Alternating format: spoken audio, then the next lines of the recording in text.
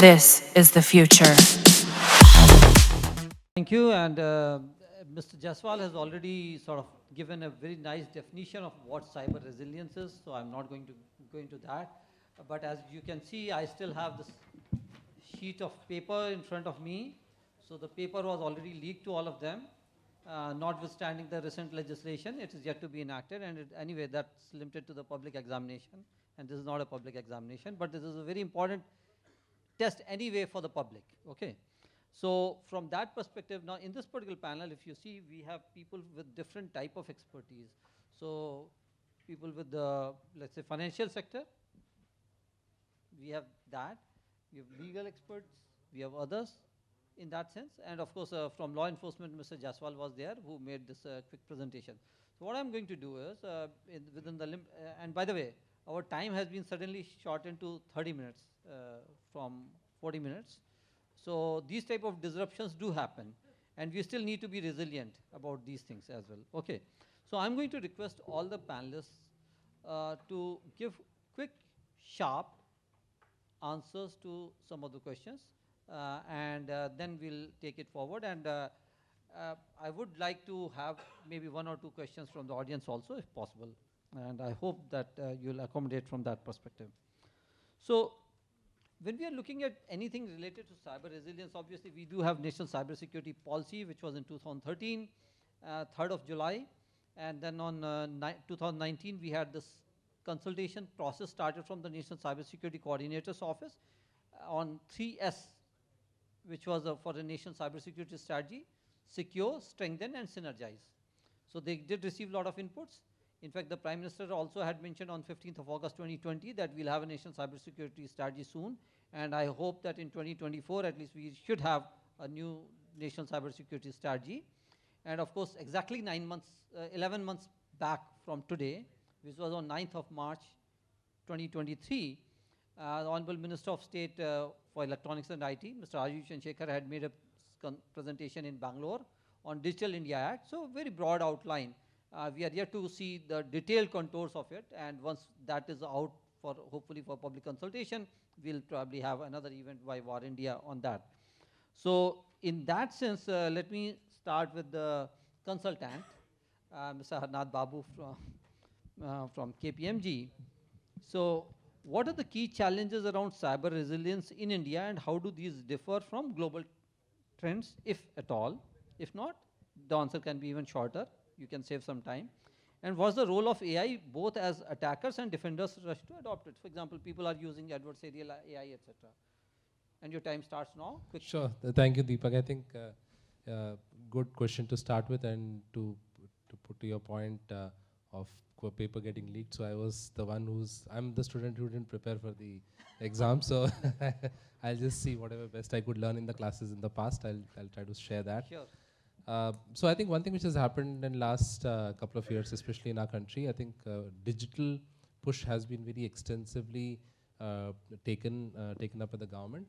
And certainly COVID, when it came in, it also really pushed many of the organizations to move towards digital, which means that there's a lot of digital footprint that's getting created, right, across within the country. Which also means that, and some of the policy changes that have come in from the government, especially from a digitization perspective, those also have pushed a lot of organizations and consumers, and I'm saying consumers, the citizens of the country, to start embracing and adopting digital, right? Because the internet came in, people started really looking at internet, and then came Aadhaar, then came various other policies and interventions by the government, which is really pushing the common man and the organizations to go towards digital, which obviously is the right thing to do, right? When the economy is growing faster, when the country is looking, and the country has aspirations and is looking forward from a future perspective, and we are talking about Viksit Bharat, right? I think all these are foundation stones for the future. But have we taken the right steps to also protect as we are progressing faster, right? It's like, you're accelerating on the car, but do you have the brakes? Did you check on the brakes, right? Did you check on the other safety mechanisms when you're really moving fast? I think some of those aspects are yet, obviously, well, we've just heard some of in the early sessions as well, that there's more awareness, there is more, policy interventions are being brought in. but are we rightly prepared, right? So that's the first question that we need to answer. If you compare with the other Western worlds, I think the evolution happened over a period of time. Technology has been there, technology has been, especially in the Western worlds, has also come into the country, but I think our adoption rate has been far higher, primarily because we are a very large country. We're a very large democracy, and and the number of touch points from a technology point is also very high. So there's a straight comparison. But if you actually have to take a step back and see, are the organization prepared today to be completely cyber safe? We do not know at this point in time, right? Because everybody started looking at it. So COVID kind of brought that. so in the interest of time, can I request you to pivot to AI? Okay, question? sure. AI part of the question. So AI, if I and on a lighter note, right? So if you remember the older serials, Mahabharata and Ramayana, right? So you throw one arrow, the other guys will throw two arrows, right? I mean, all that fire and water. So this is exactly what is happening in AI, right? So AI is fighting with AI, technically speaking, right?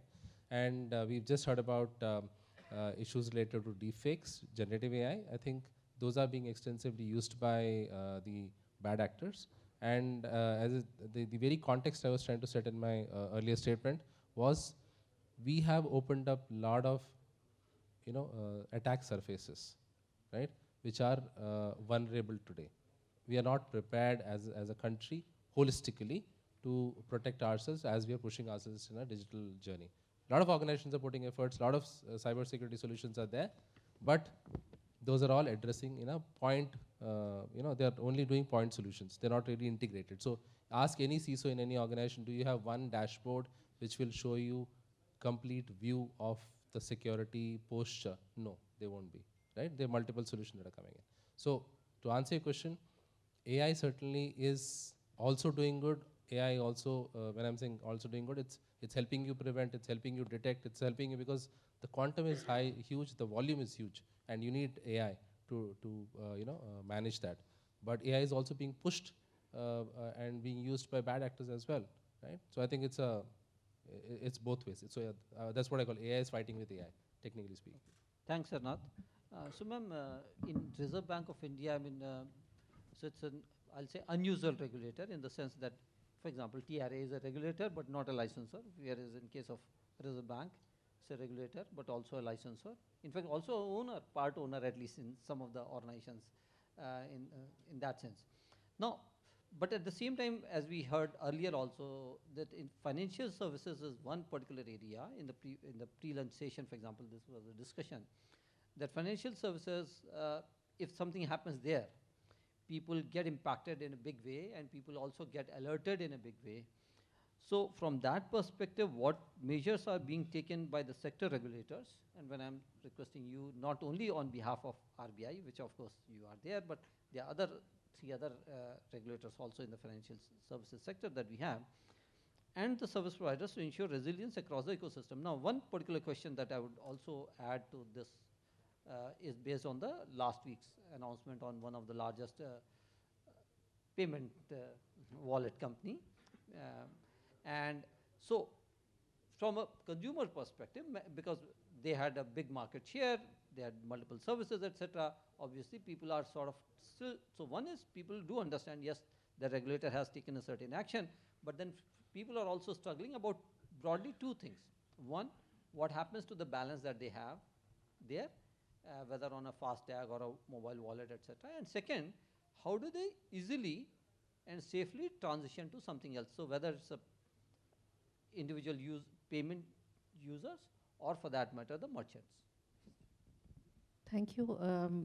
Actually, as far as the users are concerned, if you read the instructions very carefully, there is a timeline and people can utilize the amount or draw it down. So the amounts will not be wasted.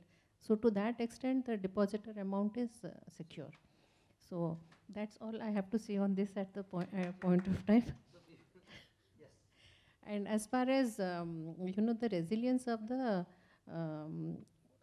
regulated entities that we have are concerned, what I would like to say here is that this cannot be, cyber resilience cannot be a prescriptive issue. because it is constantly evolving. So we have to set guidelines for how to go about it. So this is a risk for the bank. For it's an operations risk. So it can affect the balance sheet.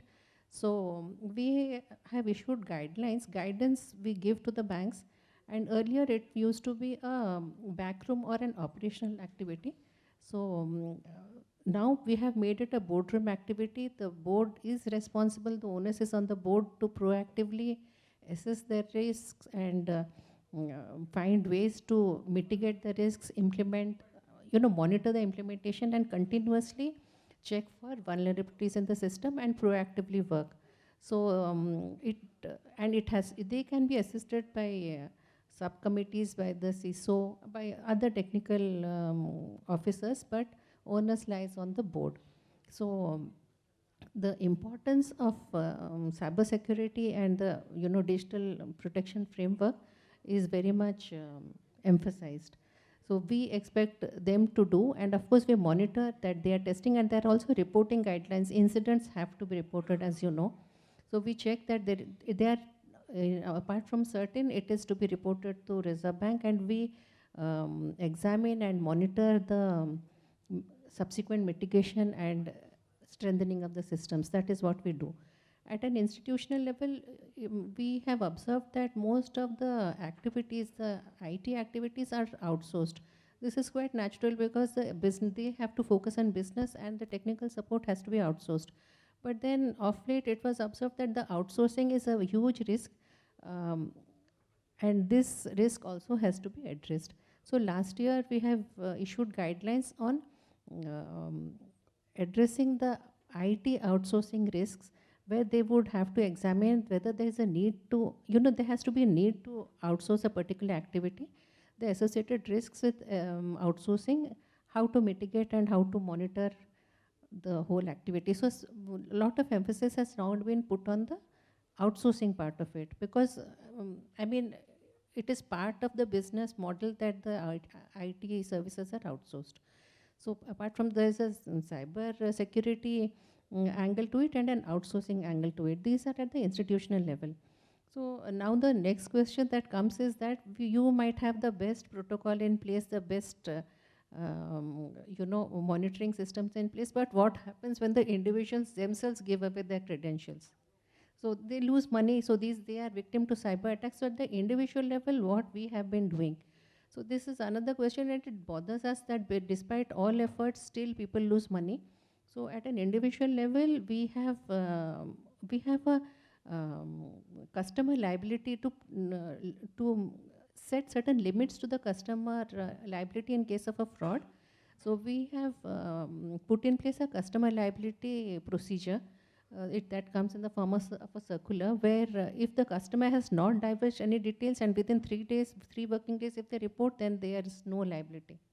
So this is to protect the customer from frauds, and also to give them the confidence to transact, because the trust in the system has to be a continuous one. So banking runs on trust. So that is it. And then in case they report after 3 days, then there are the liability is very limited. There is a laid down procedure on how the liability will flow. That apart, so this is the customer liability that we have put in place to protect them against the frauds. Third point that I would say is that we have put the control directly in the hands of the consumer. How do we do that? On the app, if you see, we have the card control templates on the apps, where the users, they can actually switch it on or off for ATM withdrawals, merchant transactions, online spends. If they are not comfortable, they can switch off everything. And also they can put limits to transactions, and yes. And also the cardless transactions, you don't need to take the debit card out. You keep it at home and through the OTP-based authentication. And the most important is that we have the 2-factor authentication, so which is one of the best in the world. So we have put, you don't even need to depend on the bank. You can put all controls and ring fence yourself from cyber frauds to the extent that you put the transaction limit. So that is how it is. So So a lot of effort has been taken, but unfortunately, the cyber hygiene in India is not as we wish it to be. So now the next question is, what are we doing about it? If you see, we are all over the place, which are RBI Kehta Hai, the ads, and we have the social media ads. They are all over. We are actually investing a lot of resources on educating the people. From our office also, we have town hall meetings, awareness programs, and practically wherever it is possible, we go, because we want, we have done a lot of work and it has to reach the people. And I would like to add one more point here. So this is how we are addressing, that was your question. So the way forward, actually the G20 presidency was here with us, and this was also deliberated. So would just like to mention very briefly the way forward that was part of the G20. The first is that actually what was decided is that it was the global interdependencies need to be worked out, and we have to map the key operational and technological interconnections. So that is important, because now there is no concept of a geographical border. The second was that a minimum common framework for cybersecurity should be devised, and depending upon the domestic laws, we could share the incidents of cyber threats and attacks, so that it could be a kind of a combined learning for the community that are working together, and to develop and implement incident response plans, and then to make the cyber attacks very expensive for the attackers. And the last was that to build on capacity and train. So the way forward, as deliberated in G20, was to collaborate in terms of learning and designing responses. Thank you. Thank you. So, I mean, I still remember I used to work in a startup called MasterCard earlier, and I was going to RBI almost every week from Delhi to for something or the other. And so, if you see, so RBI came out with this circular on cybersecurity. Of course, this is something that RBI has been doing for more than 20 years, but I remember on 2nd of June 2016, you came out with a very detailed guidelines, and SEBI came out with something sort of, I'll say, which was more abstract on 6th of July 2015, and then IRDAI followed on 17th of April 2017 with 300 plus items. So one suggestion would be that if the regulators, these regulators within the sector, so for example, financial services, all the 4 regulators, if they can coordinate to the extent feasible and have something similar. So objectives are same. Of course, the type of entities, the type of people are different in each of these, because obviously banking has the largest base, whereas the pension would have probably the lowest base in that sense, if you see all the 4 services. But to the extent feasible, because I would say SEBI was at a very high level, just 5 broad things: identify, detect, protect, respond, recover, that type of thing. RBI was a little more detailed, and IRDAI was going to the extent of writing the job role even for the CISO for the company. Okay, so it went to that extent. So in that respect, I would turn over to Mr. Kersi Tavadia.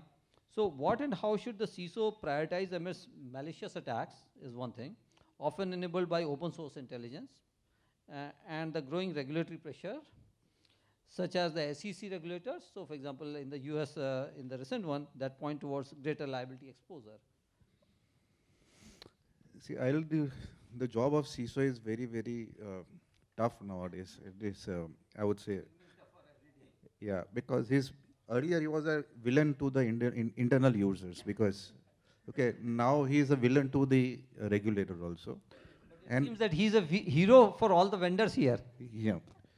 Yeah, obviously, because they keep giving him and they keep confusing him with a lot of tools and tools and tools and more tools.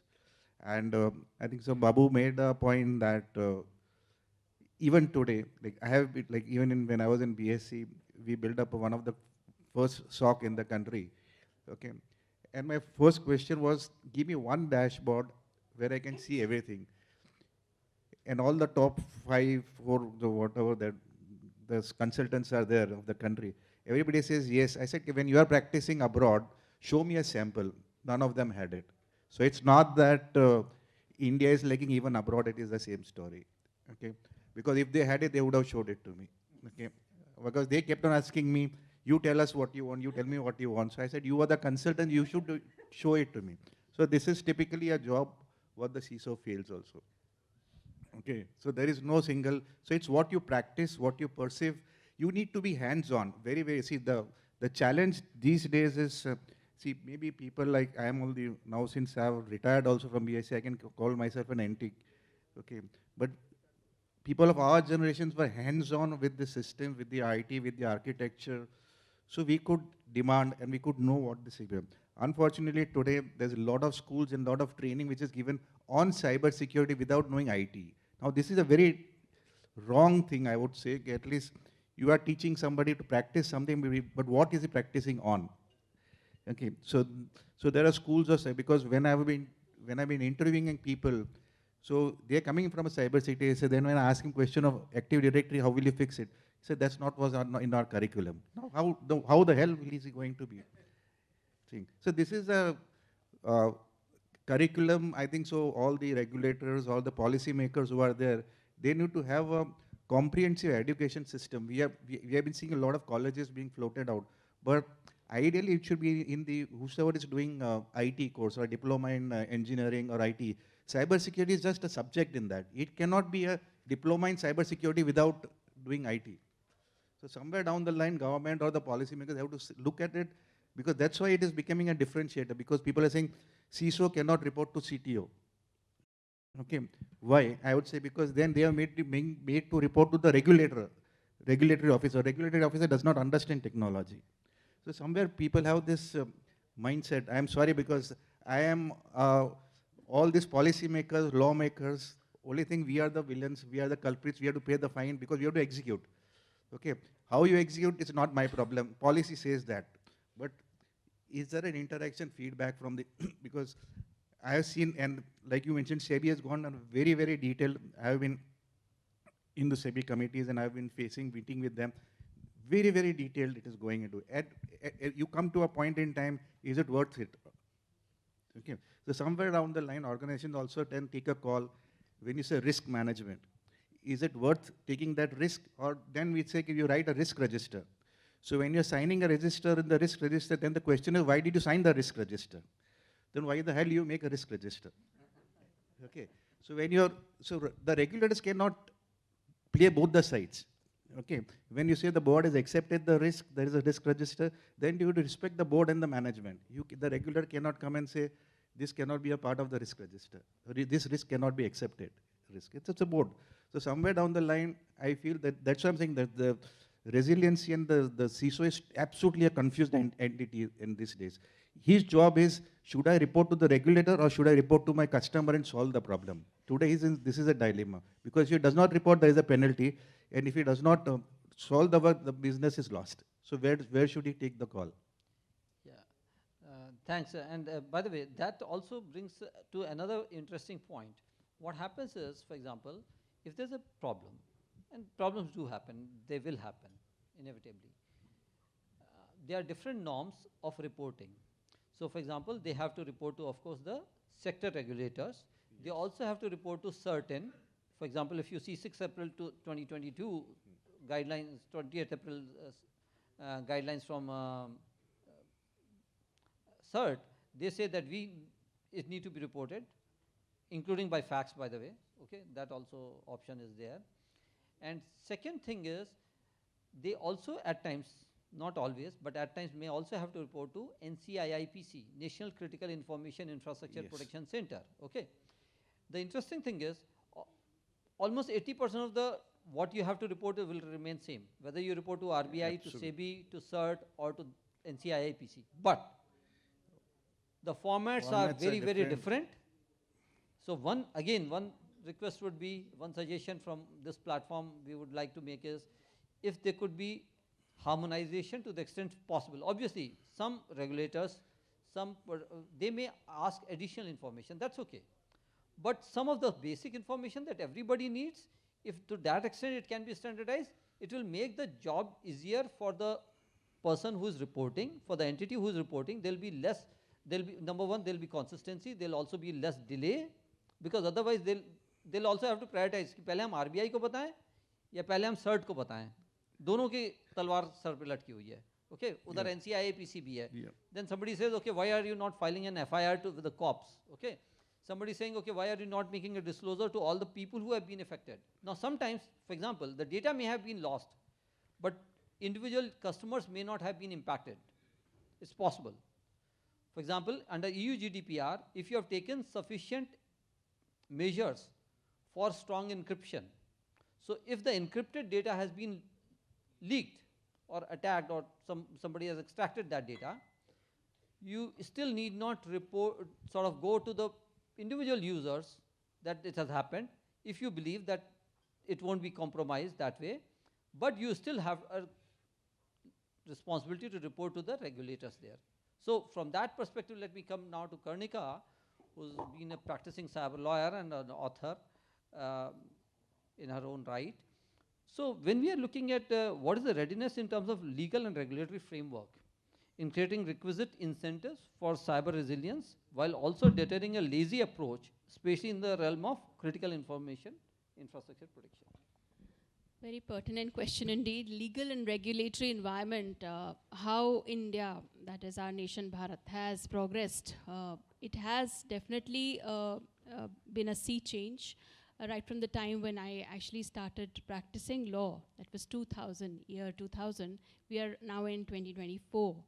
So the way technology has developed, and it's always been a, you know, like a rat and cat race, you know, how technology really is, you know, speeds up, and lawyers are actually just trying to catch up with the technology. In my view, the technology has, you know, led us to a position where we cannot afford to be lazy anymore.